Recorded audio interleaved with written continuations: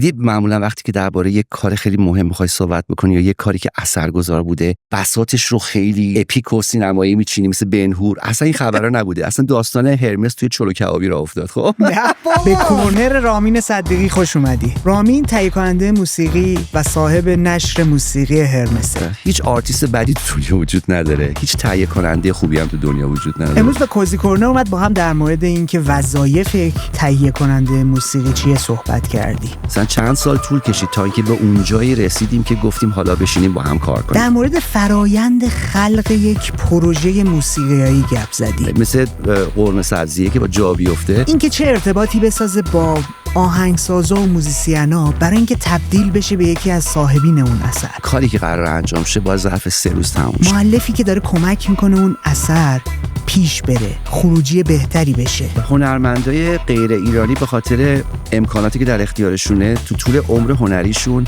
به شدت اجازه دارن اشتباه بکنن. توی همکاری‌های بین‌المللی که داشته چه چیزهایی شخصا به دست آورده. به بسم الله کار تا آخر یک کاری نیست که خودم بلد نباشم انجامش بدم. با هم در مورد موضوعی گپ زدیم به اسم شخصیت مؤلف، کاراکتر مؤلف که کمکش می‌کرده تا بتونه ارتباطی رو با بقیه افرادی که توی اون تیم خلاقه داشتن کار می‌کردن بسازه و پیش ببره. کاملا بپذیریم که هر اتفاق خلاقه اتفاق شخصیه. و مهمتر از همه در مورد ایده ها که از کجا میان، چطوری اونها رو میتونه بهتر کنه صحبت کرد. به به. اگر این موضوعات براتون جذابه دعوتتون میکنم با من و رامین صدیقی همراه باشید.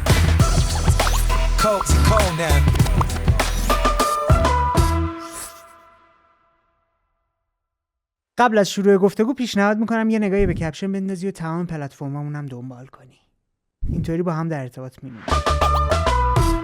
تهیه کننده موسیقی وظیفش چیه دقیقاً؟ سوال خوبیه.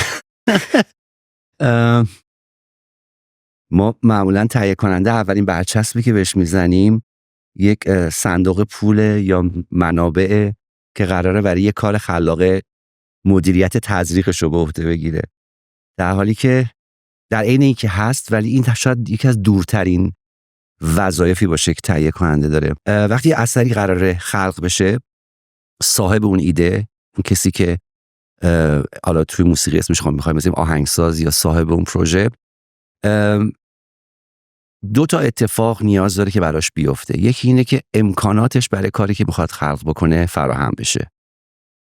دومین چیز اینه که کسی رو در کنار خودش داشته باشه که به اون اثر شیفتگی نداشته باشه و بتونه بی‌طرف‌تر به اون خلق موقعیت کمک بکنه.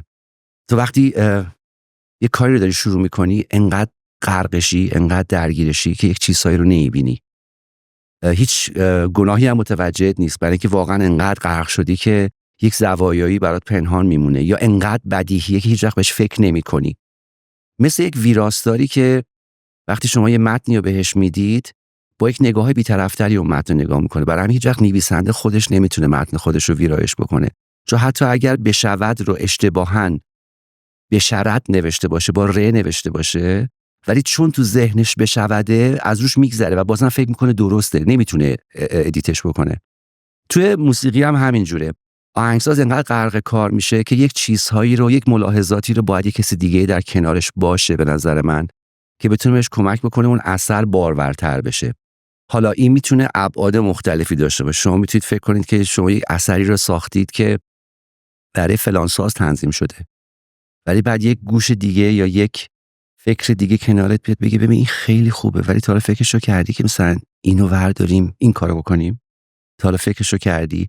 یا آیا واقعا باید این مثلا حالا میزان یا دقیقه مثلا انقدر طول بکشه؟ بهتره اینو مثلا کوتاه‌ترش بکنیم یا به این تیکش بیشتر بها بدیم؟ خیلی جا حتی هنرمند شرم‌هایی داره از کار خودش، مثلا فکر میکنه که این بخشی که روش کار کرده بهتره بیش از این به مخاطب داده نشه، ولی یه کسی میتونه بیاد بگه که ببین اتفاقا این اون جاییه که تو میتونی زمان بیشتری روش تمرکز بکنی تا این هضم شه یا جذب شه. در واقع یه جور همفکریه بیشتر. در عین حال امکاناتی که باید فراهم بشه رو میتونه تهیه کننده بهش کمک بکنه، نه فقط تو بخش خلق بلکه توی بساط خلق اگه اسمشو بذاریم. ما خیلی وقتا یه آرتیستی شاید ایده هایی داشته باشه ولی نمیدونه که خب اینو کی باید انجامش بده.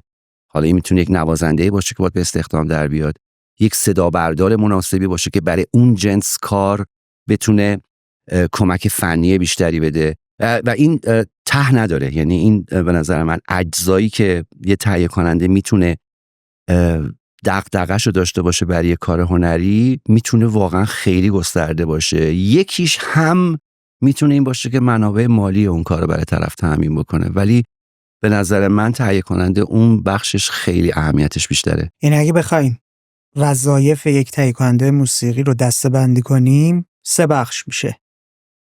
یک، محتوایی که بیاد نظر بده در مورد خود اتفاقی که داره میفته، اثری که داره خلق میشه، حتی بیاد روی زمانبندی و تایمینگ هر قطعه، همه چیش، یعنی اصلا روی پروسه خلق همراه باشه. آها، خب پس خیلی به نظر من که با تهیه کننده خودش آهنگسازی بدونه یا اصلا موسیقی بشناسه. تو قدم دوم بیاد امکاناتی که اون خالق احتیاج داره رو در اختیارش قرار بده، تعریف کنه اول تعریف کنه اصلا. بعد یعنی چی تعریف کنه؟ یعنی که خب این کار فرض بگیرید شما یک کاری رو میخواید ضبط کنید، شاید تهیه کننده اون کسی باشه که بگه آقا جون اصلا این رو ببر تو یک مثلا تو یک عمارت ضبطش کن، تو استودیو نبرش، به خاطر اینکه ذات این کار اینه که فرضاً یه همچین آکوستیکی رو میخواد. خب برای همین اینکه امکانات پیرامونش رو تعریف بکنه اول و بعد فراهم کنه. بعد فراهم کردن حالا یه بخش مالی هم داره دیگه، یعنی که سومی هم بخش تامین مالیه باید باشه دیگه. مثلا از لحظه‌ای که ایده خلق میشه خوبه که باشه. حالا خیلی وقتی اتفاق نمیفته ولی این همکاریه اگه از شروع اتفاق بیفته معمولا نتیجه‌های مطلوبی میده. همه اینا البته مشروط بر این که اون کسی که خالق اصلیه این اطمینان رو به طرف داشته باشه که احساس نکنه که این شخص روبروش قرار گرفته، در کنارش قرار گرفته، قرار با هم یک کاری رو بکنن، نه اینکه تابع حرف اون باشه. دو مدل کاری پس دارید. یک، از ابتدا میرید کنار اون خالق قرار میگیرید، حتی ممکنه ایده اولیه هم خودتون بهشون پیشنهاد بدید و پیش ببرید. دو، این که یک چیزی تولید شده میاد بهتون پیشنهاد داده میشه که ما چی کار کنیم بهتر بشه. دقیقاً. تو بخش اولیه فعلا متمرکز بشی. هسته این اتفاقه از کجا شروع میشه؟ یعنی یک ایده‌ای توی ذهن شما شکل میگیره با توجه به توانمندی مثلا اون خالق اثر، اون آهنگساز، میگید که آها میشه مثلا یه کانسپت آلبوم این مدلی هم کار کنه، بعد میرید بهش پیشنهاد میدید.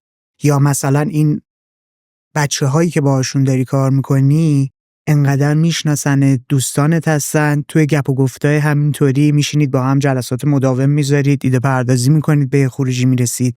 من از هر دوش هم در واقع نمونه‌هایی داشتم توی کارنامه کاریم.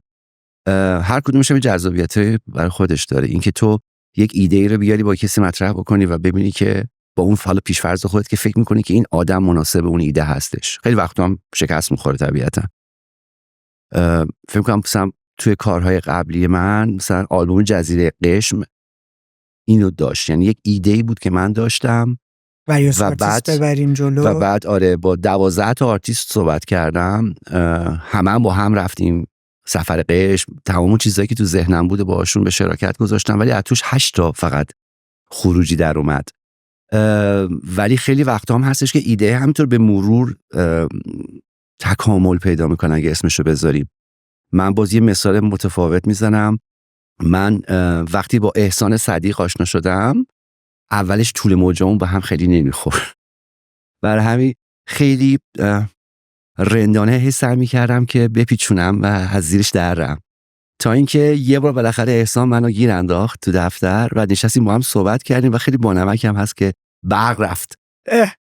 بعد به احسان گفتم اصلا این تاریکیه باعث شد که من کارو با تو انجام بدم، برای که نمیدیدمت، تو هم منو نمیدیدی، میدونی؟ یعنی تمام اون پیش‌فرضای اکسپوژر ظاهره از دست رفت. برای همین با خیال راحت تو تاریکی داشتیم، شم هیچی هم نداشتیم تو دفتر، برای همین تو تاریکی با هم حرف زدیم. بعد ایده هاش رو انگار راحت تر گفت، منم راحت تر نظراتمو گفتم. بعد یه کلیک اولیه کرد و منجر شد به یک پروژه‌ای که احسان در ذهن داشت برای یک تریو به نام تریو احسان صدیق. هم مثلا این کار منتشر شد. این کار اومد بیرون.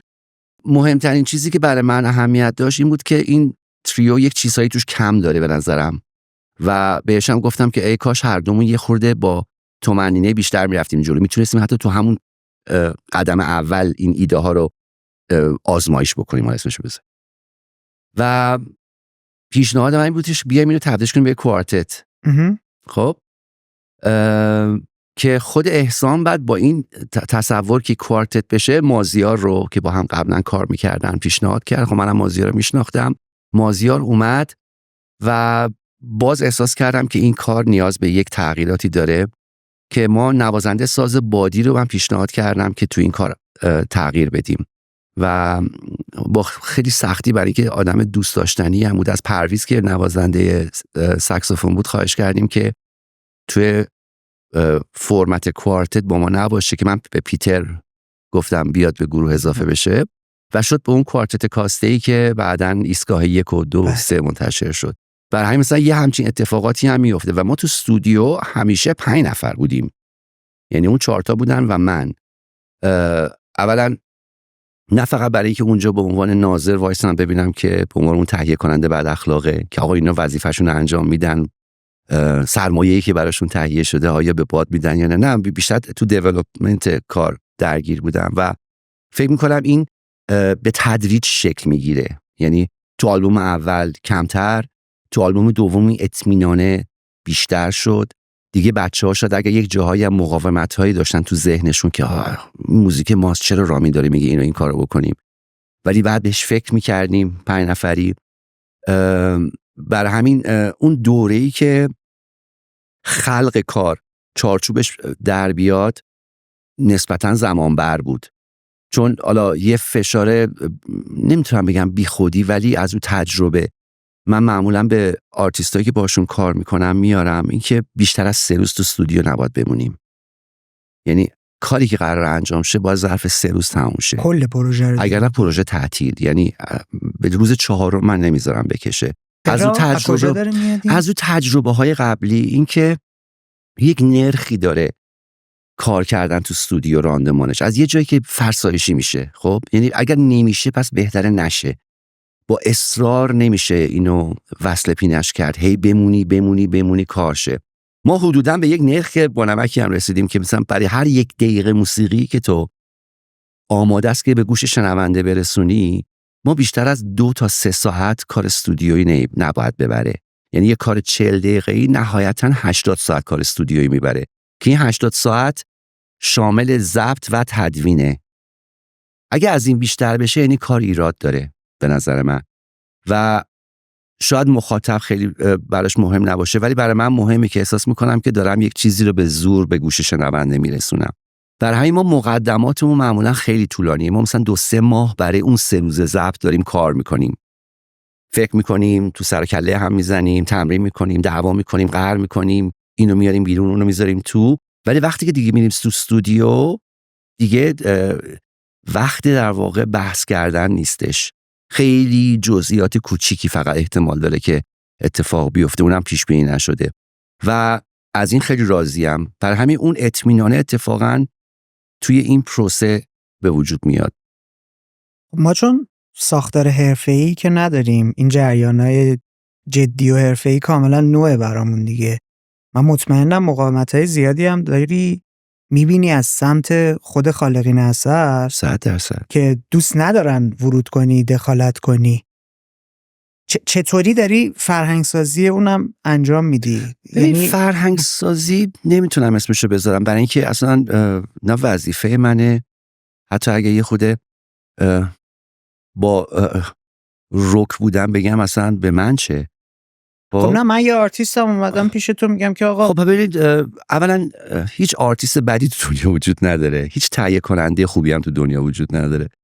برای همین مهم اینه که این آدم ها با هم دیگه چفت میشن یا نه. این همون بحث اطمینانه که گفتی، اعتماده که یعنی گفتی. به نظر من اگه کسی مقاومت هم بکنه، چون من که نمیتونم مدل خودم رو تغییر بدم، اونم نمیتونه تغییر بده. اگه احساس بکنیم که یک چیزی داریم که ارزششو داره که با هم دیگه وصل بشیم، وصل میشه. من 10 پروژه بوده که یا من نتونستم همراهی بکنم، یه جای احساس کردم که این آداب من نیست، یا برعکس آرتیستی بوده که بسیار آرتیست مقتدر و مطرحی بوده که شاید من آرزوش هم داشتم باش کار بکنم، ولی وقتی که نمیشه دیگه. به نظر من اشکالی هم نداره. برای همین پرهیز دارم میگم فرهنگ سازی. ما توی جزیره داریم زندگی میکنیم، کارمون میکنیم دیگه. تو اون جزیره اگه کس دیگه هم دید که چه جزیره بانمکیه، یا جزیره خودشو شبیه مال ما میکنه ولی من هیچ اصراری ندارم، یا اینکه میاد تو جزیره ما مهمون دیگه، بعد میریم جلو. اگر نه اونم میتونه تو جزیره خودش مثلا کار خودش بکنه، من اینجا خیار میکنم اون اونجا گوجه فرنگی بکاره. این اتفاقا این باز بودن خوبه. و اگه اینجوری باشه که دنیا بیشتر از یه تهیه کننده نیاز نداره دیگه، چون همه بعد میگن این بهترینه، اصلا همین چیزی وجود نداره. به همین دلیل هم هستش که شاید تو تمام این سالها مثلا ما تعداد پروژه هامون هنوز 3 رقمی نشده دیگه. ما زیر 100 تا پروژه داشتیم تو 24 سال. به همین دلیل، برای اینکه خیلی جاها فکرای خوبی بوده ولی من نمیتونستم پا به پاش برم، یا آدم‌هایی بودن که نمیتونستن پا به پای من بیان. نشد. اشکال نداره. تفاوت همکاریایی که با آرتیست بین‌المللی داشتی با بچه‌هایی که داخل بودن از چه منظر بوده؟ ببین تفاوت اصلیش امکانات. بذار یه ذره باز کنم که بگم از چه زاویه‌ای دارم نگاش میکنم. خب من دارم نگاه میکنم که بحث اینه که ارتباط انسانی شکل بگیره تا بپذیرن که شخص رامین صدیقی یکی از مؤلفین این اثره. برای همین گوش شنوا داشته باشن، باز باشن نسبت به صحبته. ولی با یه آرتیست غیر ایرانی تو اون فضا و اون زمانی که میتونی سپری کنی با کسی که داخل ایران بهش دسترسی داری، توی دامنه ارتباطیت هست، شکل نمیگیره دیگه. برای همین ارتباطه ممکنه یه ذره بلنگه، یه ذره کمتر بشه. میتونه. البته بازم باید اینم حسابشو بکنیم که من حتی پروژه‌ای که با آرتیست غیر ایرانی داشتم آدمای ناشناخته نبودن برای من، مثل قرمه سبزیه که با جا بیفته. مثلا چند سال طول کشید تا اینکه به اونجایی رسیدیم که گفتیم حالا بشینیم با هم کار کنیم. برای همین باز این مانعه اونقدر کشنده نبود. امتیازی که اون وریا دارن اصلا بحث استعداد نیست، بحث شرایطه.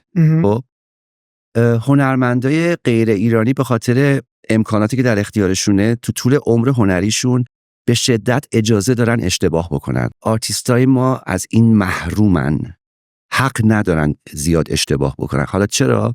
ببین تو وقتی یه هنرمندی هستی که سالی 100 بار رو صحنه میری، حالا 2 بار از اجراهات هم اگر بد در بیاد میشه 2% کل کارنامت. ولی من یه آرتیست خوبم تو این کشور باشم، در بهترین حالت سالی 4 بارم رو صحنه اصلا فراهم نمیشه شرایط که بخوام برم. حالا فکر کن 2 بارش اشتباه بکنم یا 2 بار اون چیزی در نیاد که قرار بود در بیاد، 50% کارنامه‌ام از بین میره.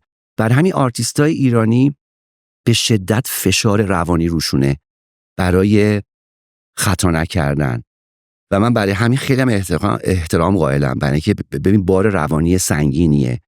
خارجیه اصلا مهم نیستش براش، برای اینکه آقا اینم جزء بازیه و بعد تو 98 تا اجرای دیگه‌اش یا تو 10 تا ضبط دیگه‌اش میتونه اون خلایی رو که یه جای احساس کرد به عنوان فیدبک بهش نگاه بکنه و اصلاح بکنه. من اصلا اینجا وقت اصلاح ندارم. اگه بخوایم مقایسه بکنیم گویی که آرتیستای ایرانی دارن رو صحنه تئاتر بازی میکنن ولی آرتیستای غیر ایرانی که دارن تو کار موسیقی کار میکنن دارن تو فیلم بازی میکنن. برای همین وقت ادیت هست، وقت کات دادن هست، ولی ما نداریم اینو. برای همین وقتی با اونا کار میکنیم این فشاره روشون نیست، خیلی سر پروژه های ضبط ریلکس ترن. تنها تفاوت اینه که آرتیست های ما انقدر ریلکس نیستن، برای که این فشار پشتشون زیاده و حقم دارن.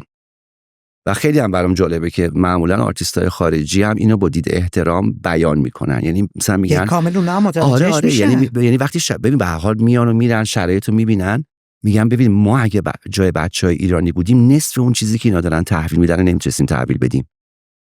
خب یعنی این یه قابلیتیه یا در واقع حالا یک محدودیته، ولی تو آدمای قابلیتی رو به وجود میاره که حالا تو حوزه‌های دیگه هم اگه تو بحثمون رفت این فشار به نظر من جای دیگه هم تو بخش خلاق خودشون نشون میده. خیلی جالبه. خب این آزادی که اونا دارن در تضاد با 3 روز بیشتر تو استودیو نمیریم نیست؟ نه اونا هم حق نداره. اونا هم اوکی هم با این جریان؟ آره. میپذیرم، میگه اوکی شرایط. حالا اونا شاید با یه پرسپکتیو دیگه ای میپذیرن. اونم اینه که اون طرف مثلا سالی 20 بار باید بره استودیو، ترجیحش اینه بیشتر از 3 روز نباشه، برای که به کارهای دیگهش نمیرسه و عادت کرده دیگه. میدونی اینش هست. میگم به خاطر این استمرار و حجم کاری که میکنن باعث میشه که هیچ چیز عجیبی نباشه براشون. یکی از محاسنی که داری اینه که ناشرم هستی. فکر میکنم به عنوان تهیه کننده موسیقی اینکه نشر خودت رو هم داشتن بهت یه آزادی عمل داده خیلی، که توی استانداردهایی که برای خودت تعریف کردی بتونی راه بری و ادامه بدی. آره خیلی. اگر نبود که اصلا نمیشد. میدونی یعنی در واقع پکیجه رو با هم تو زندگیم تعریف کردم. اگر یکیش نبود اصلا وارد این بازی نمی شدم، چون میدونستم که دارم وارد یه بازی میشم، وارد یه کاری میشم که اولا اصلا مجال این نیستش که بخوام دیگران رو توجیه بکنم یا مجاب کنم که این چیه. خب و قطعا خیلی هم گفتن که داری کار اشتباهی میکنی. برای همین خب اون انرژی رو گفتم بذارم این که خب بذار هر کاری که میکنم خودم هم از تو تنور درش بیارم، هم شاطر باشم هم پیشخون، که بتونم سریعا خودم انعکاس اون چیزی که تو ذهنم بوده رو ببینم بدون دغدغه این که الان این بشه این نشه، جلو اینو بگیرن بگن نه این به درد نمیخوره. یه دیکتاتوری کوچولویی البته به وجود میاره که من اون دیکتاتوری رو دوست دارم راستش. خروجیش هم دوست داشتنیه واقعا. ببین میتونم دوست داشتنی نباشه ها، ولی به عنوان یه کار شخصی من این دیکتاتوری رو دوست دارم. من واقعا اصلا جان اینو ندارم که کسی بخواد به من نظر بده. میدونی چی میگم؟ ترجیح میدم که خیر و شرش رو خودم بخرم، هزینه‌شم بدم، حتی اگر موفق نباشه، ولی بتونم تو تصمیم گیری معطل نظرات دیگران نباشم. خب موضوعی که داریم در موردش صحبت میکنیم باید برگردیم به زمانی که رفتی نشر رو بنیانگذاریش رو انجام دادی، پایش رو ریختی. اواخر دهه 70 تازه موسیقی پاپ مجوز گرفته اومده. تا قبلش حتی موسیقی سنتیش روی استیج رفتنه به زور بوده، ساز ممنوع بوده، اصلا حمل ساز ممنوع بوده. بعد یه آدم بیاد با یه ذهنیتی که من برم یه لیبلی راه بندازم، حالا من نمیدونم، من تصحیح کنم اگر این عبارت رو اشتباه میگم، برای من این مدلیه که رامین صدیقی گفته من برم ECM ایران رو راه بندازم. میشه گفت، چون خیلی هم اینو میگن و بی تأثیر هم نیست البته. اگه بخوام خیلی این تفکر اصلا کجا اومد؟ ببین تفکره، دیدی معمولا وقتی که درباره یک کار خیلی مهم میخوای صحبت بکنی یا یک کاری که اثرگذار بوده بساطش رو خیلی چی میگن اپیک و سینمایی میچینی، مثل بن‌هور. اصلا این خبرها نبوده. اصلا داستان هرمس توی چلو کبابی راه افتاد. خب نه بابا. یعنی من و پیمان یزدانیان داشتیم پیاز و کباب کوبیده و وسط چلو کباب خوردن اصلا این فکر جدی شد. خب مثل برق رفتنه خوب با احسان بود. یعنی اگه فکر کنی که مثلا من نشستم ماها فکر کردم به این، اصلا از این خبرها نبوده. داستان این بودی خب ما بچه‌هایی بودیم که سالها با هم موزیک کار می‌کردیم. خب از سالهای جنگ تو داشتی درباره حمل ساز صحبت. خب ما توی محله بودیم که مثلا من و پیتر هم محله بودیم. رضا اسکرزاده دوست پیتر بود، برای همین ما تو محل حالا هم فوتبال بازی می‌کردیم هم موزیک بازی می‌کردیم. ما زمانی که نوار کاست بود دیگه، یه آلبوم جدید که میومد تو محله ما همه رو جمع می‌کردیم بشینیم آلبوم جدید مثلا گروه ماریلیون رو گوش کنیم. خب داشتی میگفتی ساز هم کردنم سخت بود. من اون بد شانسه بودم و پیمان خوش شانسه بود که پیمان پیانو میزد. برای همین همه زندگی ما وابسته به محل استقرار پیانو بود. ما با خودمون رو هم نقل می‌کردیم. بعد من کنترباس و چیکار کنم این همه ساز تو دنیا وجود داره، این چی بود من انتخاب که اندازه یک کایاک به اون بزرگی. بعد داریم درباره زمانی صحبت می‌کنیم که مثلا ما ماشین پاشین نداشتیم که جوون بودیم دیگه. من خیلی وقتا مجبور بودم 2 روز قبل یا یه وقتی که فرصت پیش بیاد این سازو ببرم پیش پیمان بذارم نصف شب. آره و بعد دیگه کم کم هم تو مزنه شهر دستت میاد که آها ایست بازرسی ها کجاست و اینا، از کجاها بری نری، چه ساعتی بری که احتمال کمتر باشه، تو ما خودمون و بساطمون و جهازمون رو ببریم اونجا تا پس فردا میخوام 2 ساعت تمرین بکنیم. دیگه علی هم به گروه ما اضافه شده بود. من یه شهرتی داشتم تو جمع خودمون، اینکه من بهترین آرشیو موسیقی جمعمون رو داشتم دیگه. یعنی من حجم آثاری که داشت، من اون موقع مثلا حدود 10,000 تا کاست داشتم، یعنی اصلا چیز غریبی بود برای اون زمان. برای همین من بچه معروف جمعمون بودم به عنوانی که آرشیو شنیداری خیلی خوبی داره. بعد تون چلو کبابی داشتیم با پیمان صحبت میکردیم که چقدر سخته، ما مثلا یک ایده هایی تو ذهنمون داریم. پیمان داشت اون موقع روی بادما رو خواهد برده آقای کیارستمی کار میکرد به عنوان اولین فیلم جدی که موزیکشو بسازه، و اینکه ما هیچ مدیومی نداریم که این کارهایی که داریم میکنیم و ببینیم دیگران نظرشون چیه. چون جریان اصلی که موسیقی جدید پاپ شده، جریانهای جنبیش هم موسیقی کلاسیکه و موسیقی سنتی ایرانی، یه مقدار هم موسیقی فولکلور، لاین دیگه ای نیستش و ما تو هیچ کدوم از اونها جا نمیگیریم. پیمان گفت ببین رام یه چیز بگم، تو گوشات از دستات بهتر کار نمیکنه به نظر خودت. من تو پرانتز میگم فکر کنم یه جوری می‌خواست از دست من خودش رو خلاص کنه. کار می‌کردیم، تمرین می‌کردیم این حرفا، فکر کنم مثلا من مزاحمشون. در واقع یه جوری محترمانه گفتش که رامین ما یه آدمی نیاز داریم که اون تیکه کار رو بکنه. شاید اگر یک کدوم از ماها بریم اون ور داستان وایسیم، بتونیم این صحبتایی که الان داریم می‌کنیم و بتونیم یه خود بهش سمت و سوی بدیم. منم خب همیشه به گوشم خیلی اعتقاد داشتم، یعنی خودم هم خیلی بهش مفتخر بودم. بعد گفتم آره چه فکر خوبی، آره اصلا بیایم یه لیبل درست بکنیم که کار خودمون رو بدیم بیرون. از این میگم تو چلو کبابی این هنوز صورت حسابی میزون نداده بودیم، هرمس تأسیس شد. بعد قرار شد که این کارو بکنیم، من روش فکر بکنم. با بچهای دیگه هم صحبت که همه خیلی استقبال کردن، پدرم هم خیلی استقبال کرد.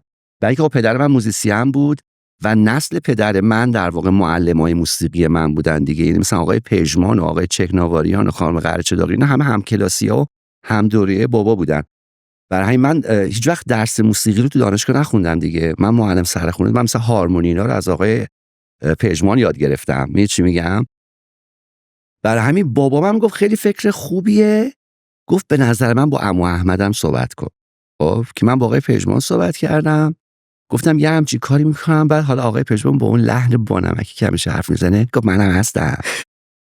گفت منم یه سری کار دارم که نمیدونم اینا باید چی کار بکنم، اگه این ایده رو داری بغیر از بچهای خودت رو موهام حساب کن. گفت من به لوریس هم میگم. و بعد آقای مشایخی، یعنی ما 2 تا نسل یه دفعه اصلا با هم ترکیب شروع هرمس بود که یکیش نسل ما بود، فکر کنم 15 تا آلبوم اول تمام اسما رو همه برابکس بودن در واقع. حالا برابکس من یا برابکس بابا.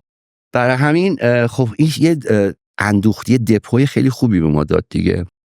کار 1 سال طول کشید تا راه بیفته، اونم به خاطر اسم این تشکیلات بود که حالا خیلی نمیخوام واردش بشم، ولی تا اسم نشر موسیقی هرمس راه بیفته و برای انتخاب اسم یا اجازه انتخاب اسم. و شمای بصریش که از اینجا حالا ECM میاد تو، چون من از بچگی دایم ECM باز بود.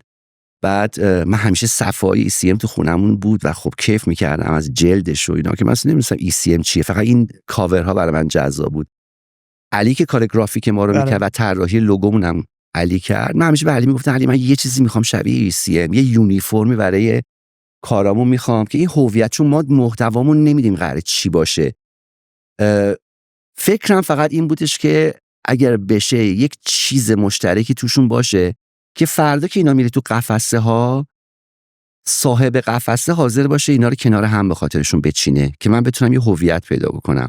نه اینکه اون یه دونه که کلاسیکه بره لای CD کلاسیک چیده بشه، اونی که یه خورده مثلا سنتی تره بره کنار مثلا چنم یه ناشر دیگه چیده بشه. برای ما یه سکشن که ما از این رسیدیم. برای منم اونا سکشن مثلا اونجا. یعنی و این اصلا این خیلی طول کشید تا ما به یه هویت بصری برسیم.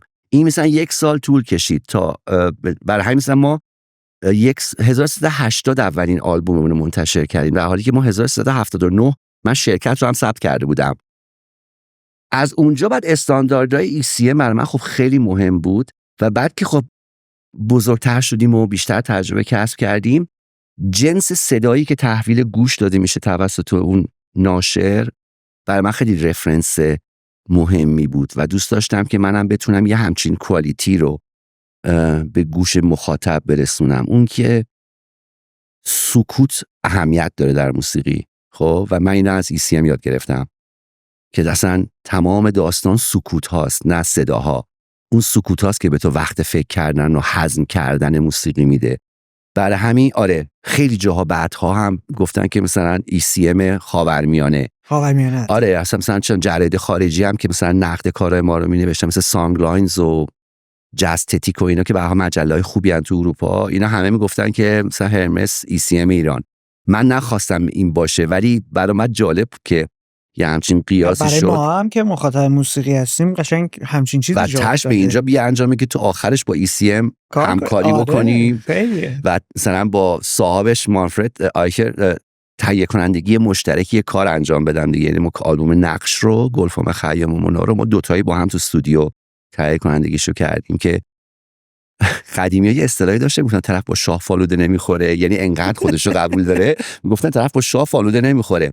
مانفرد آیکر تو عمرش با کسی کار مشترک تهیه نکرده و این تنها کاری بود که شد. خب برای همین خب برای من خیلی افتخاره دیگه. تو مثلا سمبولت آیکونی که همیشه بهش اقتدا میکنی در رو برات باز کنه بگه بیا تو با هم این کار رو انجام بدیم. یعنی مثلا خودم وقتی این سیر رو نگاه میکنم میترسم. تو این همکاریه چی برات موند؟ ببین ما 2 تا همکاری داشتیم. چیزی که موند یک وسواس‌های عجیبی بودش که من اصلا تو زندگیم به عنوان تهیه کننده تجربه نکرده بودم. خب هنگام ضبط یعنی آدم یک چیزهایی رو میبینه خب و یک نکته هایی تو جزئیات اصلا باور نکردنیه. یعنی من واقعا هوش از سرم پرید که مگه داریم. بعد به حال از من 20 سال بزرگتره، 18 سال بزرگتره، خب صبوریش کمتره، طبیعتا خسته میشه، حتی یه جایی مثلا چرتش میگیره. یعنی اینجوری هم نیستش که یه آدم 6 آره بعد تو همون خوابه یه دفعه بیدار میشه یه چیزی رو میگه و درست در میاد. یعنی انقدر دیگه تو غریزش رفته این توانمندیه که حتی بهش فکر اصلا بهش فکرم نمیکنه. حتی تو خواب بیدار میشه میگه مثلا اینو چرا گینشو بیارید پایین، تو جوشی خور خیلی آدم غریبیه. و این نکته سنجیش خیلی به من کمک کرد و از همه مهمتر ساعات قبل از شروع ضبط چیکار میگه؟ وقتی که حالا ساز داره چیده میشه، کوک داره میشه، نوازنده داره میاد خوشو گرم میکنه درباره ایده‌ای که مثلا 6 ماه قبل نمونهشو با هم صحبت کرده بودن، میخره اونجا میکوبه. یعنی تو اون چند ساعت قبل از این که آن ایر بشه مانفرد آرتیست رو گذاشته اونجایی که قرار بگیره و اصلا به شکل خیلی غریب روانی هم روانی هم نوازندگی. یعنی یک جوری میپزتش بدونی که اصلا خود آرتیست متوجه بشه.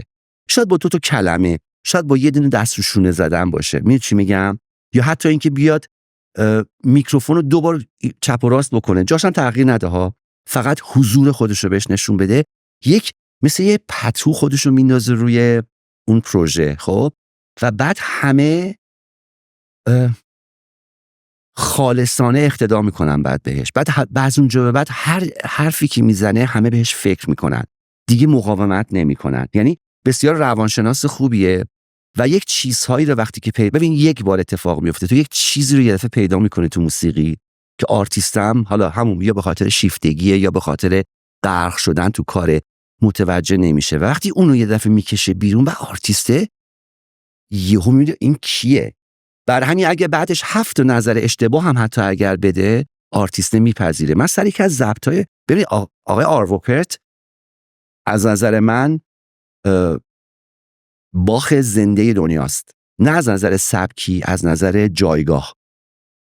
توی حوزه موسیقی مینیمال امروزی، تو حوزه موسیقی کلاسیک، آروپرت یکی از غول‌های دنیاست که هنوز در قید حیاته. الان 84 سالشه. خب این آدم به هر حال یک عقبه حدود 50-60 ساله آهنگسازی پشت سرشه. میدونی چی میگم؟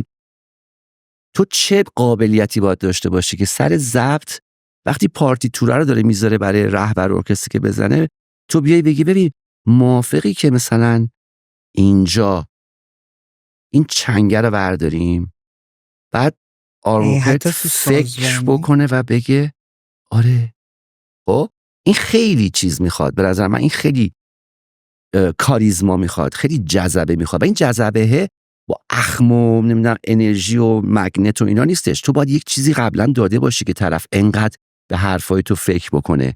خب این همین من از جمله خود اون آهنگساز استناد میکنم، النی کارنجرو که خب برای همه فیلم‌های آنگلوپولوس آهنگسازیاشو کرده و اونم به هر حال جزو آهنگسازهای خیلی مهم این روزگار هستش. اون میگه که برای من مانفرد دست سوم من در آهنگسازیه. میگه اون تو آهنگسازی داره کمکم میکنه. یعنی ببین همه بهش به این شکل نگاه میکنن. میفهمی چی میگم؟ کاملا پذیرفتن که اون داره کمکشون میکنه خروجیشون بهتر بشه. برای همین که گفتم اولش خیلی مهمه که تیمی که شکل میگیره هیچ کدوم از اجزای اون تیم فکر نکنن که روبروی هم، یعنی منافعشون در تضاده. اگه من میگم این کارو بکن برای این نیستش که بیشتر بفروشه که من زودتر به پولم برسم، یا اگه میگم این کارو نکن به خاطر این نیستش که با تو لج دارم. خب یا برعکس، این یه عقبه‌ای پشتش هست. خب این عقبه زمانه. برای همین خیلی بعیده که تو بتونی تهیه کننده‌ای که مثلا 25 سالش باشه رو پیدا بکنی که بتونه یه همچین توانمندی رو داشته باشه، حتی اگه با استعدادترین تهیه کننده جهان باشه. چون این تاریخچه هنوز شکل نگرفته. این از یک جایی دیولپ میشه. این زمان میگم واقعا مثل قرمه سبزیه، باید 2-3 روز تو یخچال بمونه جا بیفته. یه چیز جالبی که وقتی عقبو نگاه میکنم متوجهش میشم، خیلی زودم رفتی سمت این که با آرتیست غیر ایرانی یه کارایی انجام بدی. بهار در نیاوران 83 بود و اون ایونت ها من دبیرستانی بودم. آره دیگه تو کاخ نیاوران. آره ما حتی قبل از بهار در نیاوران 1 سال قبلش پروژه تهران پاریس رو داشتیم.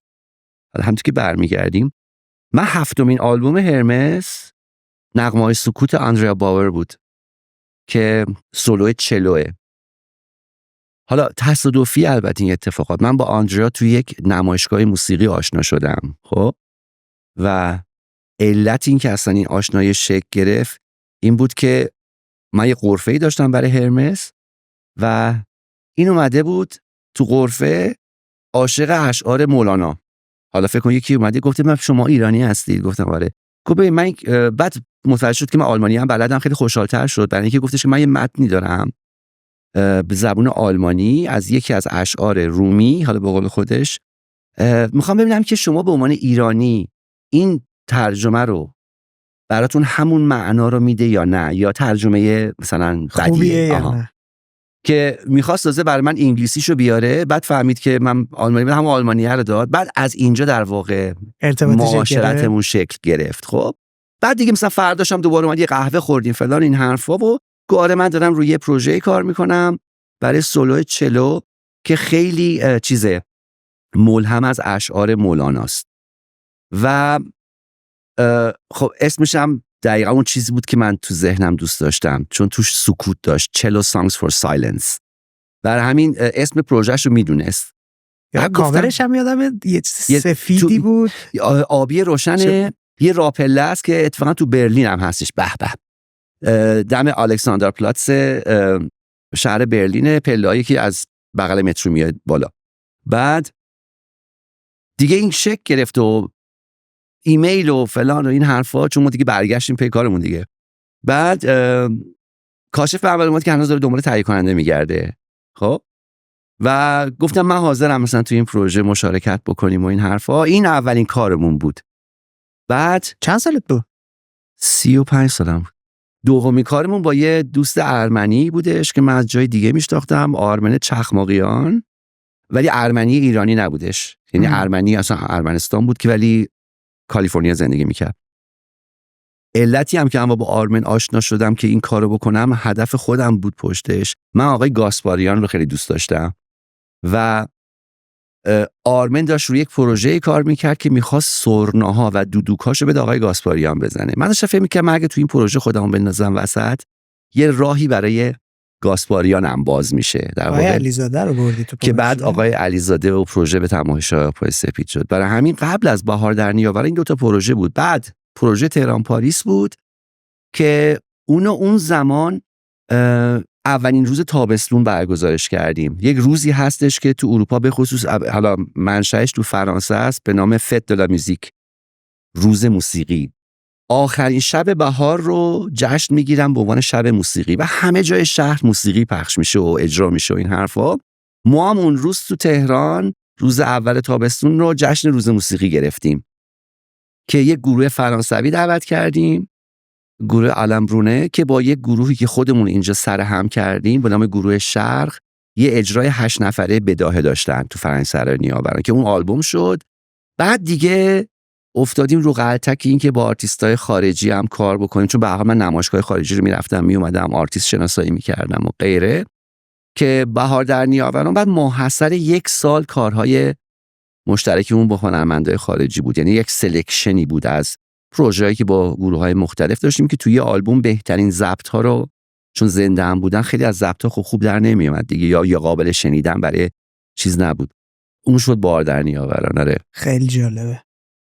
برای من جالب‌تره چون داریم در مورد دنیایی صحبت می‌کنیم که اینترنت تازه وارد ایران شده بود و دسترسی به خارج از ایران بیشتر روی تلفن بود، مکاتبات متنی بود و اینکه یه جوون 35 ساله این جرأت و این اعتماد به نفس رو داشته باشه که میرم ببینم میشه یا نمیشه، خیلی برای من الان که میگی آره مثلا خودم فکر میکنم آره، ولی اون موقع اصلا آدم یه چیزا فکر نمیکنه دیگه. جسارت چی اصلا؟ آره اصلا یه آتیشی انقدر مخ تعطیل اون اتفاقیه که تو دلت داره قول میزنه که میری جلو دیگه.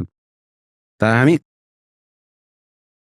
من همیشه اعتقاد دارم میگم که آدم میتونه یه کارایی رو بکنه بعد بشینه براش فلسفه بافی کنه. خب این از همون جنسا میشه. حالا میتونم بشینم برای تو یک مانیفست بنویسم که من میخواستم شاخ غوله بشکنم، ولی اصلا اون موقع آدم این چیزا فکر نمیکنه که فقط میخواستی کیف کنی دیگه. آره بعد یه کارهای جالبی هم کردی، یه صداهایی هم به گوش ما مخاطب رسوندی که موندگار شد.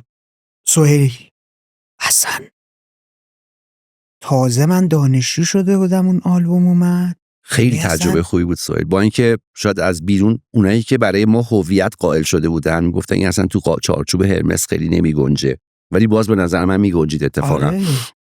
و اون نو بودن صدا رو تو میتونستی متوجهش بشی. و چیزی که اصلا من خیلی تحریک کرد که حتما روی این پروژه کار کنیم، با کمال شرمندگی من 1 سال فکر کنم این پروژه رو معطل کردم از زمانی که سهیل بهم پیشنهاد کرد، برای اینکه یادم رفت. یعنی سهیل نمونه کارهایی رو که ضبط کرده بود با یه میکروفون خونگی، خب اینو به دست من رسوند از طریق یک دوستی. بعد منم جزو پایل کارهایی بود که قرار بود بشنوم که بعد فکر کنیم روش دیگه یادم رفت. بعد در یک خونه تکونی دفتر برای عید من داشتم اینجا گفتم مثلا داشتم این کار یک روش هم شماره تلفن ایناش سهیلم نوشته بود. کارو شنیدم به محض که پلی کردم خل شدم، برای اینکه من یکی از بی استعدادترین آدمای جهان در شعرم، در شعر فارسی، چه شعر کلاسیکش چه شعر مدرن و نوعمون.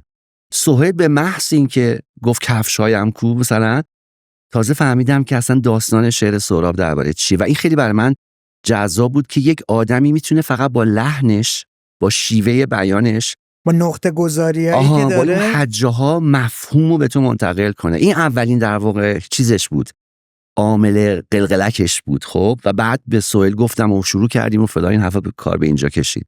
برای همین یه شاید بگیم آموزشگاه شخصی هم برای من بود آلبوم ریرا، که من یک چیزای خیلی جالبی رو یاد گرفتم. وقتی که کار ریرا در اومد خب خیلی استقبال شد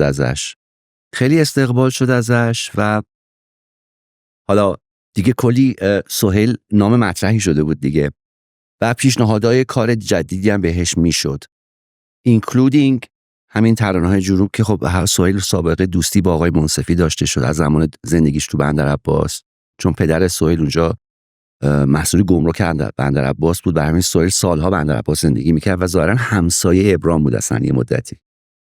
بعد این پروژه ترانه‌های جنوبو گفتش که دوست داری با هم انجامش بدیم، که من خیلی استقبال نکردم راستش، چون گفتش که من از جاهای دیگه هم پیشنهاد دارم. گفتم تو برو بکن. خب ولی بعد دوباره چنگ و سرود کار بعدیمون بود که با هم انجام دادیم. یه رفرنس خیلی بانمکی هم که چنگ و سرود داره اینه که خود سهیل هم تصدیق میکنه. یکی این که آن چیزی که به عنوان ماکت چنگ و سرود بوده تو اگر الان بشنوی با آن چیزی که تو آلبوم اومده یک دنیای دیگه است. اون تأثیریه که نمیخوام بگم من خیلی مهم بودم، ولی یک همکاری مشترکی بوده، چون سهیل درست توی بحبوحی بودش که دلش میخواست خیلی روی تنظیم‌های پیچیده کار بکنه.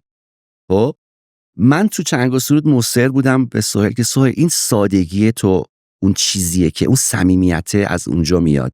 اگه بخوایم ارنجمنت کارا رو خیلی پر و پرپیمونه بکنیم، نمیدونم 2 تا ساز کوبه‌ای بیاد و 3 تا ساز بادی بیاد و یه چیز ارکسترال بشه، یه بیگ بند بشه به قول خارجی‌ها، به نظر من تو توش گم میشی. چون اون معصومیت و صمیمیتی که سهیل تو خوندنش داره اون تو گم میشد و گفتم آقا نکنیم این کارو. و یه خورده با سختی قبولوندمش که این کارو نکنه. خب ولی اتفاق بانمکی که افتاد این بود که ما تو پروژه ریرا سهیل مستهلک شد. خیلی استودیو خیلی براش آزاردهنده بود. اون زمان هنوز به اون 3 روز نرسیده بود. نه. خب و نمیتونستیم من پروژه رو تازه آلبوم ریرا فکر کنم 37 دقیقه بود یا 36 دقیقه، یعنی آلبوم خیلی طولانی هم نبود، ولی بالای 200 ساعت کار استودیو برد و سهیل دیگه دیوانه داشت میشد. حقم داشت. فکر کنم هر روز از کرج پاشو بیا تهران، یعنی 1 ساعت تو راه، فقط 1 ساعت اضافه تر طول میکشید تا آروم بگیره تا بتونه اصلا بره تو مود. بعد ما یه استودیو خب فقیر بودیم ما تو تهران از نظر امکانات فنی دیگه، استودیوی ما شیشه نداشت. خب برای همین کدوم استودیو بودی؟ خونه کریستوف ضبط می‌کردیم و خودتون استودیو هم سرپا می‌کردید؟ آره. و این پروژه خیلی طول کشید.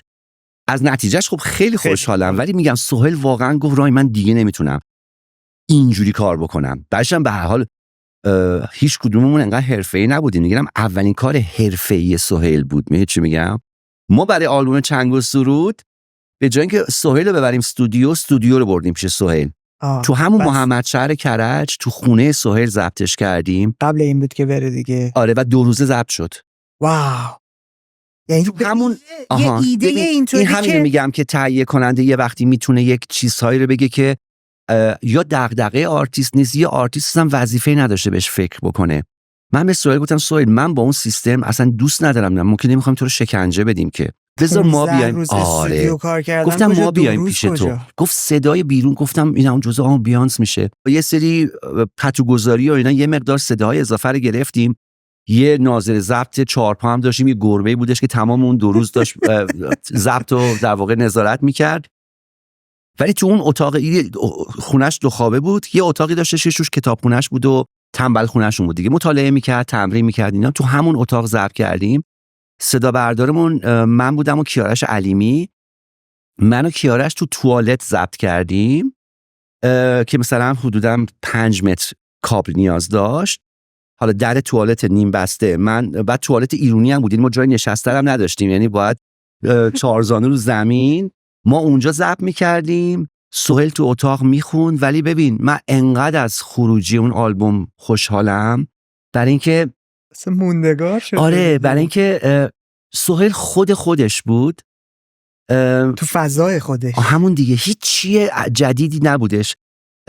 حتی پیتر هم که تو اون آلبوم حضور داره، با مشورت خود پیتر تصمیم گرفتیم که پیتر روش اوورداب کنه که حتی اون هم بار اضافه تر روانی برای سهیل نباشه، چون ما یه تیکای فقط کنترباس می‌خواستیم و یه تیکای ساز بادی می‌خواستیم که کشنده نبود که حتما لزومی داشته باشه که اینا همزمان بزنن.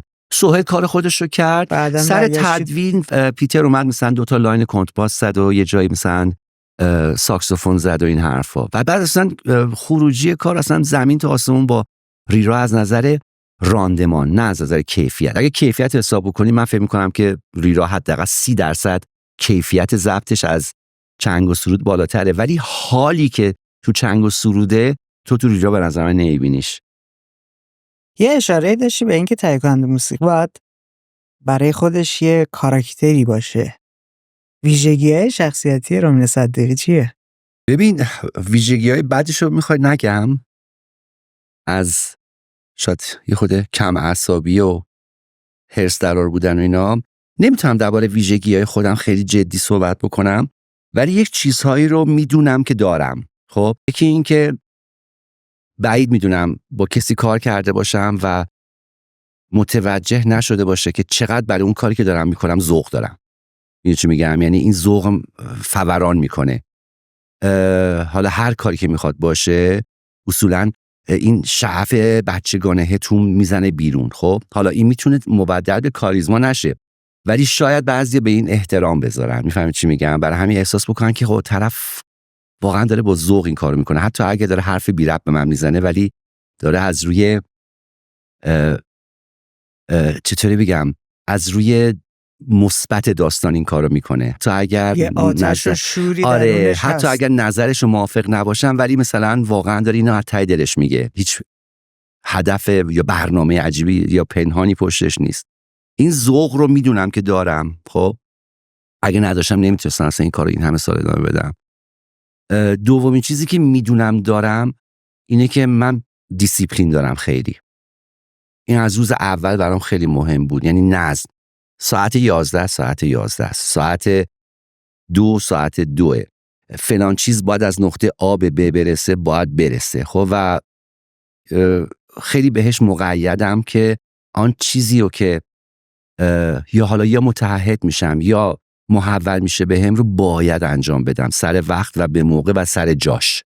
به نظر من آدم باید این حق رو به دیگران بده. وقتی بهشون قولی میدی یا تعهدی میده اون میشه وظیفه، تو موظفی دیگه انجامش بدی. اینو من سعی میکنم همیشه به دیگران، به همکارام هم اینو نشون بدم که برای من مهمه. برای همین چون خودم این وظیفه شناسی رو اصرار دارم که انجام بدم، فکر میکنم تو دیگران هم این کمک میکنه که اونام اگر بخوان تو این همکاری باشن این رو رعایت بکنن. اینا به عنوان میگم مؤلف است، هیچ کدوم از اینا لزوما کاریزما نمیاره، چون میتونه همین رو دافعه ایجاد بکنه. خب سومین چیزی هم که باز میدونم که تلاش میکنم همیشه داشته باشم اینه که به بسم الله کار تا آخر یک کاری نیست یا خورده کاری نیستش که خودم بلد نباشم انجامش بدم. یعنی یاد میگیرمش حتی اگه خودم موظف نباشم اون کار انجام بدم. یعنی تو تقسیم کار اگه مسئولیت تو اینه، مسئولیت من اونه، مسئولیت من اونه، من اون مسئولیت رو میرم یاد میگیرم که در حالت بحرانی کسی نتونه زیر پای من خالی بکنه. خب حالا این میخواد بستن یه کابل تو استودیو باشه به میکروفون، میخواد نمیدونم پیدا کردن یه تعمیرکار برای امپلیفایر باشه، یا چه میدونم کوک کردن ساز باشه، یا حتی اگر لازم باشه اینکه بری پشت میکروفون ساوند افکت با دهنت در بیاری. ولی سعی میکنم همه اون چیزهایی که توی کار لازمه انجام شدن اون کار هستش خودم یا بلد باشم یا بتونم ادارش بکنم. اینو چی بهت اضافه میکنه؟ خودخواهیه رو ارضا میکنه، اینکه هیچ کس نتونه من لنگ بذاره. شاید یک ترس روانشناختی باشه ها، نمیدونم، ولی من آخه جور دیگه ای. شما از این طرف داری میبینی، من از طرف این میبینم که زبان مشترک با منی که دارم باهات کار میکنم پیدا میکنی، میتونی حالا با هم اتفاقا اون وجه خوبشه دیگه که برای همین گفتم من اینو به عنوان کردیت نمیگم، ولی میتونی این حسن داشته باشه که طرف میگه وقتی طرف میگه این اینجوری باشه رو هوا نمیگه، چون خودش هم بلد اینو که داره میگه. خب اینا میتونه همه مثل پازل میمونه. برای همین تو نمیتونی بگی اگه اینو داشته باشی میتونی یک همکار خوب توی پروژه خلاقه باشی، میتونی همه اینا رو هم داشته باشی و نشه. آقای پژمان یکی از بزرگترین درسایی که به ما داد تو موسیقی این بودش که وقتی هارمونی رو یاد گرفتی، کنترپوان یاد گرفتی، همه اینا رو که یاد گرفتی و بریزش دور، بشین کارتو بکن. چون تو میتونی یک موسیقی بسازی که همه این مباحث آکادمیک توش به حالت پرفکت رعایت شده باشه ولی موسیقی به دل نشینه، ماشینی باشه. و میتونی تو هیچ کدوم از اینا رو رعایت نکنی ولی یک جوری تو تن تو رسوخ بکنه که مثلا ماندگار بشه. برای همین نمیشه اینا رو به عنوان معیار گفت، ولی خصلت‌هایی که میدونم این سه تا رو حتما دارم، باقیشو الله اعلم. صحبتات اشاره به این داشتی که تو کودکی و نوجوانی یه ذخیره موسیقیایی قوی داشتی، یه کتابخونه مفصل شنیداری داشتی. الان اوضاع چطوره؟ هنوز اون روند رو ادامه داری میدی؟ بیشتر CD و صفحه شده ولی دیگه. فکر میکنی علت این که خروجی ها داره متفاوت میشه ایده های نوعیه این باشه که در مواجهه با یه گستره بزرگی از خروجی های متنوع قرار گرفتی، ارتباط داری، دنبال داری میکنی؟ بی تأثیر نیستش قطعا حسین. ببین اولا من بزرگترین گله‌ای که همیشه از خیلی از هنرمندا دارم اینه که توی حوزه تخصصی خودشون دانشنامه حالا دیداریشون یا شنیداریشون محدوده. خب و خیلی وقتا با افتخار به این اشاره میکنن، چون میگن که من خلاقیتم وابسته به هیچ چیزی نیستش و از هیچ چیزی الهام نمیگیره. خب برای همین گسترش شنیداری به نظر من برای یک کسی که تو حوزه موسیقی لازم است، حتی برای آهنگساز. خب برای همین اون آرشیو بزرگ قطعاً به من کمک کرده تو تمام این سالها. یه چیزی هم باید بهش اضافه بکنی، فقط این نیستش که تو گسترش شنیداری تغییر میکنی، تو خودت هم داری تغییر میکنی دیگه. من 34 ساله با من الان 56 ساله حال و احوالم فرق میکنه، مودام فرق میکنه، جنس سلامتم تغییر کرده، دایت خوراکیم عوض شده. برای همین خیلی طبیعیه که الان من روی یک چیزهایی دلم بخواد تمرکز بکنم. شاید معیارهام تو اون کار همون مونده باشه، استانداردهای شخصیم، ولی خروجی به قول تو شاید اصلا یه دفعه مالی دنیای دیگه باشه که این چه ربطی به 20 سال پیشش داره؟ مگه من به 20 سال پیشم ربط دارم که کاری که داره ازم در میادم ربط داشته باشه؟ میدونی چی میگم؟ به نظر من اینو باید به عنوان مثلا یه نمودار بهش نگاه کرد که همه اینا توش دخالت داره، هم روحیات شخصی خودت، هم آموخته‌هات، هم تجربیات جدیدی که کسب کردی. بر همین من با پررویی میتونم بگم که اگه الان که 1402 داره تموم میشه، مثلا چی رو بگم، پروژه گروه نور دوباره شکل بگیره، من دیگه علاقه ندارم انجامش بدم. مال اون زمانت بوده. اگه دوباره 15 سال برم عقب با ماشین زمان دوباره جوون بشم، برای همین من از این پروژه دفاع میکنم. خب ولی الان دیگه حاضر نیستم دوباره همچین چیزی رو انجام بدم، دلم میخواد چیز دیگه رو تجربه بکنم. ولی اگه دوباره میرفتم عقب قطعا دوباره همین مسیر رو میرفتم، میدونی. برای همین خیلی وقتا پیش میاد که ازم میپرسن که خب پروژه‌ای هستش که دوستش نداشته باشی؟ میگن دوستش نداشتم و توی کانتکست زمان باید دربارش صحبت کنم. اگه اون زمان دوستش نداشتی انجامش نمیدادی دیگه. الان یه مثال رو برام گفتی. چی میگم؟ برای همین این که یعنی اصلا بی احترامی به خودم و اون پروژه، دوست داشتم که انجام دادم و کلی کارم اون موقع دوست نداشتم انجام ندادم و الان مثل سگ پشیمونم. میدونی چی میگم؟ ولی اون زمان سوادم، سلیقه‌ام یا تجربه‌ام به من اینو نفهموند که رامین این پروژه جذابیه و الان که میبینم اون پروژه جای دیگه به نتیجه رسیده. دوست دارم فضولی کنم بگم چند تا نمونه بگی، اگه دوست نداری نگو. چون میخوام ببینم چه پروژه هایی بوده که یکی مثل رامین صدیقی که این همه مثلا خروجی جذاب داشته بگه چرا قبول نکردم. ببین یه پروژه‌ای بود که حالا این پروژه اصلا به انجامم نرسید تا اونجایی که میدونم، ولی خیلی بانمکه. یک ایده خیلی بانمکی علی قمصری داشت مثلا 10 سال پیش. خب من اون موقع اصلا با ایده کیف نکردم، هنوزم اون نمونه کار پیشمه. خب و علی هم خودش اون کار دیگه نکرد. خب علی دیگه مسیرش رو رفت و شهرتی که به دست آورد و کارهایی که کرد و غیره. اون پروژه حتی برای علی هم مسکوت موند، هرچند شاید تو المانهایش رو توی پروژه‌های بعدیش ببینی، ولی اون پروژه که اتفاقا برای سولو تارم بود خب نشد. و من اون موقع با بلاهت کامل الان که دارم نگاه میکنم پیچوندم اون پروژه رو. خب علی هم دیگه میدونی احترام گذاشت، چیز نکرد که مرد حسابی این روشش نیست، مثلا یا بگو آره یا بگو نه دیگه، مثلا 2 ساله منو معطل کردی. خب الان ولی خیلی پشیمونم چون فکر میکنم خیلی کار عجیبی میشد.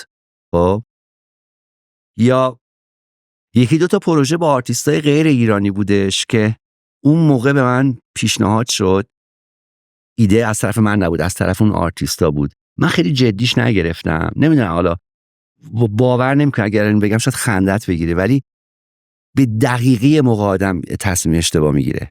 میگه چی میگم؟ این اگه 5 دقیقه دیرتر اون ایمیل رسیده بود شاید من یه حال دیگه ای داشتم.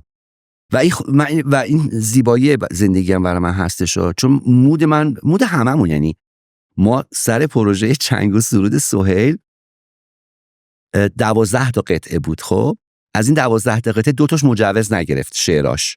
خب بعد پروژه به تأخیر افتاد، یه مقدار مثلا 5 ماه 6 ماه به تأخیر افتاد.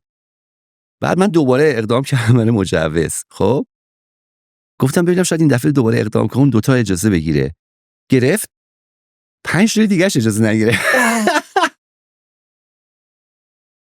میدونم هم که آدمایی که تو کمیته شعر بودن عوض نشدن. خب توی 5-6 ماه ولی مودشون عوض شده بوده. خب اصلا من بحث ممیزی و سانسور رو ندارم، اما سر جای خودش بحث میکنیم. ولی میخوام بگم که تو با این مواجهه روزمره درگیری. خب آقا 6 ماه پیش رو گفتی این 2 تا اخه، الان اونا رو گفتی خوبه، 5 تا دیگه شو گفتی اخه، کاش من همون 6 ماه پیش در آورده بودم. ببین چی میگم؟ برای همین وقتی تو نگاه میکنی میبینی که خودت هم داری همینطوری زندگی میکنی، تو روابط اجتماعی، تو روابط عاطفی، تو حرفه‌ای، یعنی تو کارم همینه. برای همین این که میگم خیلی وقت واقعا مثل سگ پشیمونم از تصمیمام. دیگه همینه دیگه، زندگی یه فرصت‌هایی تو زندگی از دست میره، دیگه هم تکرار نمیشه. یه نکته‌ای هم که باز دوباره دوست دارم در موردش ازت سوال بپرسم. گفتی هر پروژه 2 ماه 3 ماه پیش تولید داره میگذرونه و بعد ما میریم استودیو کاراشو انجام میدیم و بعدم میره توی پس تولید تا آماده بشه و منتشر بشه. توی اون بازه 3 ماهه تمام تمرکزت روی یه پروژه است. چطوری اینا رو تفکیک میکنی؟ ببین دیگه تمرین دیگه، عادت میکنی دیگه. وقتی اون تجربه هست که تو طول عمر کاریت به دست میاد که شاید تو همزمان داری به 3 تا چیز نسبتاً جدی فکر میکنی. خب همین میشه که من هیچ وقت آلبوم منتشر نمیکنم چون نمیتونم. پس یک هنرمندی باید این کارو بکنه، ولی هیچ هنرمندی هم نمیتونه 3 تا آلبوم با هم منتشر کنه، ولی من میتونم. برای همین ما با هم چفت میشیم دیگه. من میتونم وقت خودمو تقطیع بکنم برای 3 تا پروژه، ولی هر کدوم از اون پروژه ها آدمای مهم اصلیش که خالقینش هستن فقط تمرکز کنن رو اون کار. خب این یه همراهی دیگه. این میشه اون تقسیم کاره که تو کدوم برات یا جذاب‌تره یا تو کدوم توانمندتری یا میتونی توانایی بیشتری رو تزریق بکنی. سخته ولی عادت میکنی که مغزت چند جا بره. این دیگه الان مثلا من بهش فکرم، الان که گفتی داشتم فکر می‌کردم اوه سخته. آره مثلا توی فستیوال داری برگزار می‌کنی، وسطش داری یه آلبوم منتشر می‌کنی. این که اصلا تو ذهنت بتونه باکس بشه برای هر کدوم یه مقدار تمرکز عادت می‌کنی. یعنی وقتی که یه کار رو ببین 24 سال 25 سال داری یه کار تکرار می‌کنی، هیچ وقت اون کار تکراری نمیشه. ولی اینه که تو اون پروسه پیش تولید یک چیز خیلی مهمی اتفاق میفته، اونم اینه که مثل یه سانتریفیوژ عمل میکنه. تمام اون وابستگیامون به اون پروژه که از روی نگاه دوگممون شاید بیاد پرت میشه بیرون. همون غرق شدنه، همون شیفتگیه که یه وقتایی متعصبانه داریم بهش نگاه میکنیم، تو اون دوره پیش تولید زهرش گرفته میشه. یعنی اگه روز اول مثلا فرض بگی تو پروژه ایستگاه 3 کوارتت کاسته، مازیار میگه مثلا این بخش اینتروش باید اینجوری باشه، خب چون مثلا من الهام گرفتم از مثلا بریو و میخوام که وفاداریمو بهش ثابت بکنم و مثلا من و احسان نظر مخالفی داریم، اون موقع مازیار از توی اون موضع در نمیاد. ولی وقتی که 2 ماه 3 ماه تو این پیش تولید هی اینا رو باز تمرین میکنیم، هی هر روز میشینیم یه قهوه میریزیم دربارش بحث میکنیم، خیلی وقتا شاید یه دفعه مثلا مازیار خودش اولین کسی بشه که آقا این موافقت ورداریم، خب بعد شاید اصلا ما مخالفت کنیم. ولی منظورم اینه که تمام اون ببین شیفتگی کلمه فارسیش خیلی حال بدی داره به نظر من. انگلیسی میگه ابسشن. خب اون ابسسیو بودن یه چیزهایی گرفته میشه و پیش تولید برای من اونش خیلی اهمیت داره که دیگه اون تعصبمون میره کنار، با نگاه منصفانه تری به کار خودمون نگاه میکنیم. بعد که میریم تو استودیو اختلاف نظرها یا آزردگیامون تقریبا به مینیمم میرسه. اینش خیلی برای من جذابه، چون مثل یه مدیتیشن میمونه دیگه. تو یک چیزی رو هی تکرار کنی، هی بری تو از اول تا آخرش رو مرور بکنی. خب ضمن که آتش این که خب کی بالاخره من اینو انجامش بدم هم تو وجود داشته باشه، اون دوره یهو انگار حرارت همه رو، شیرش رو میاره روی دمای متعادلی نگه میداره.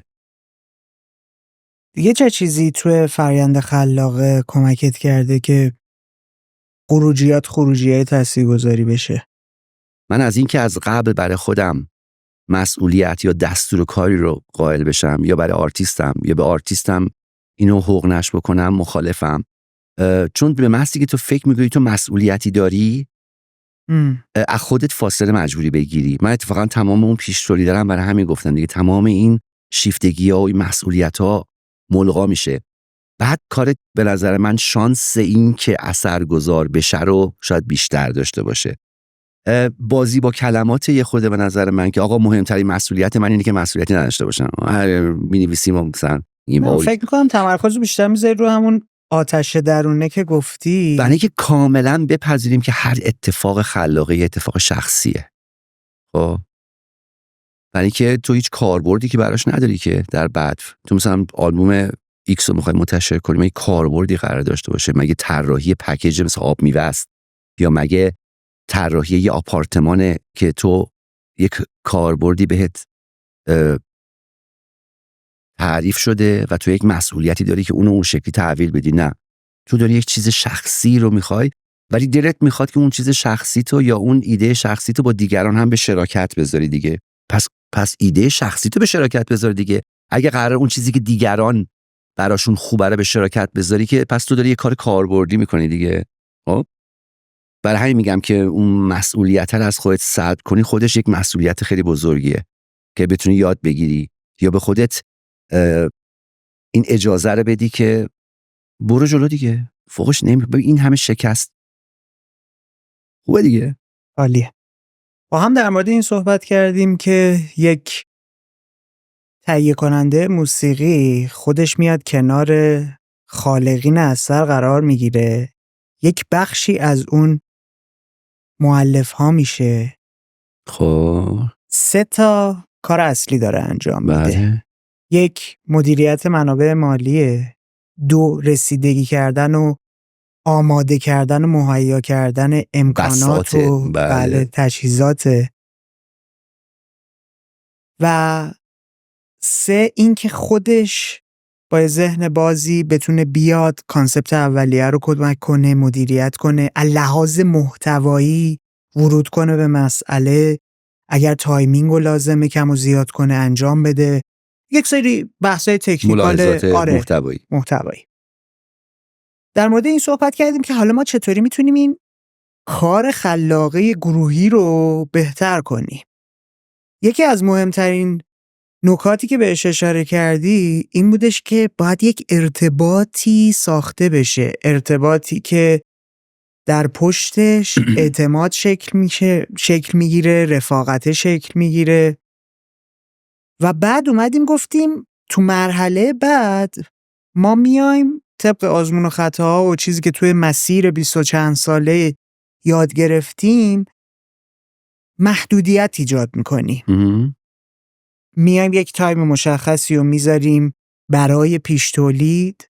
توی اون دوران پیش تولیدم سعی میکنیم از خودمون فاصله بگیریم، از چارچوبای ذهنیمون فاصله بگیریم و تمام تمرکزمون رو بذاریم روی اون شور و حرارت و آتشی که خود اون پروژه و اون کار خلاقه داره، بذاریم اون هدایتمون کنه تا خروجی خلق بشه. و بعد میایم تایم تولیدمون رو محدود میکنیم، چون میدونیم اگر از یک زمانی طولانی تر بشه فرسایشی میشه، خروجی هایی میشه که انتخاب کردن سخت تر میشه. دقیقا. حتی پس تولیدمون رو ممکنه طولانی تر بکنه. یه مروری داشتیم روی شکل‌گیری خود هرمس، اینکه اولین پروژه ها با دامنه ارتباطی نزدیک بوده، با دوستان بوده و این نگرش رو به من میده که تو تو یک بازه زمانی وقتی آدم‌های همفکر رو پیدا می‌کنی، اگر بخوای کار مشترک رو هم انجام بدی باشون، خیلی راحت‌تر این 100%. اتفاق میفته معلومه و سریع‌تر میتونی پیش بری و تمرین و آزمون و خطاهای اولیت میتونه از اون طریق شکل بگیره. در مورد تجربیات بین‌المللی صحبت کردیم، تأثیری که داشته، ذهنیتی که برات ایجاد کرده. در مورد این صحبت کردیم که یک تهیه کننده موسیقی جدا از اون ارتباط ساختنه، خودش میبایست یک شخصیت و کاراکتری داشته باشه که ارتباطی که با اون آدم‌ها هم میسازه بتونه تاثیرگذارتر باشه. در کنارش میبایست شناخت دقیق‌تر و کاملتری هم از کل فرایند داشته باشه تا هم بتونه یک زبان مشترک با اون آدم‌ها، کسایی که همکارش هستن، به وجود بیاره و کارشو پیش ببره و هم این که یک زمانی اگر اتفاقی افتاد به قول خودت لنگ نمونه، بتونه کاره رو ادامه بده. در مورد این صحبت کردیم که برای خلاق‌تر شدنه چه کارها و چه الزاماتی وجود داره. متوجه شدم شخص تو با توجه به اون آرشیو بزرگی که داشتی هنوز که هنوزه از کودکی تا به امروز خودت رو در مواجهه با آلبومای موسیقی زیادی میذاری، متنوع میذاری و نرفتی تو اون فضایی که بگی من دیگه رامین صدیقی هستم، فلان آدم هستم، با فلان آرتیستا کار کردم، دیگه لازم نیست که ورودی جدید داشته باشم. یک نکته کلیدی دیگه هم توی این خلق کردن وجود داشت، این که وابسته به زمان حالی، یعنی اون شخصیتی که امروز هستی و اون جوششی که درونت هست رو بغل میکنی. نگاه نمیکنی ببینی که مثلا 1 سال دیگه قرار فلان اتفاقات بیفته، پس ما اگر فلان چیز رو تولید کنیم قطعاً فلان اتفاق براش میفته. داری میگی که آقا هویت خودت رو داشته باش، اصالت خودت رو داشته باش و توی اون مسیر پیش برو. اگر هم اینطوری کار کنی احتمال اینکه خروجی بشه که آدم‌ها ارتباط عمیق‌تری باش برقرار کنن ممکنه اتفاق بیفته. چیزی هست که بخوای به اینا اضافه کنی؟ نه دیگه تو کامل جمع‌بندی کردی. یه چیزی که شاید لابلای جملهات تو همش حضور داشت، دوستم یه بار دیگه فقط اینو بیارمش بیرون، جدا بهش یه ارزش بدم، اینه که کار خلاقه اتفاق میفته اصلا خودش. یعنی واقعا نباید اینو به عنوان یک چیز دست نیافتنی یا به عنوان یک چیزی که باید حتما تمام زندگیت متمرکزش باشه بهش فکر بکنی. باید خودش اتفاق بیفته. خیلی ساده تره، یعنی منظورم که خیلی سهل تر از اون چیزی که ما فکر میکنیم. منظورم این نیستش که تو نباید توانایی داشته باشی، نباید سواد داشته باشی، نباید عشق داشته باشی، به اینا کاری ندارم، ولی اون لحظه‌ای که این اتفاق میفته اصلا در شرایطی میفته که تا هیچ وقت فکرش هم نمی‌کنی. مثلا ایده هرمس که گفتی. آره میدونی، یعنی تو یه گفتگو معمولی وسط غذا، یعنی این بار سنگین رو نباید آدم رو دوش خودش بذاره که من چرا خلاق نیستم. نیستی. در یک لحظه میشی.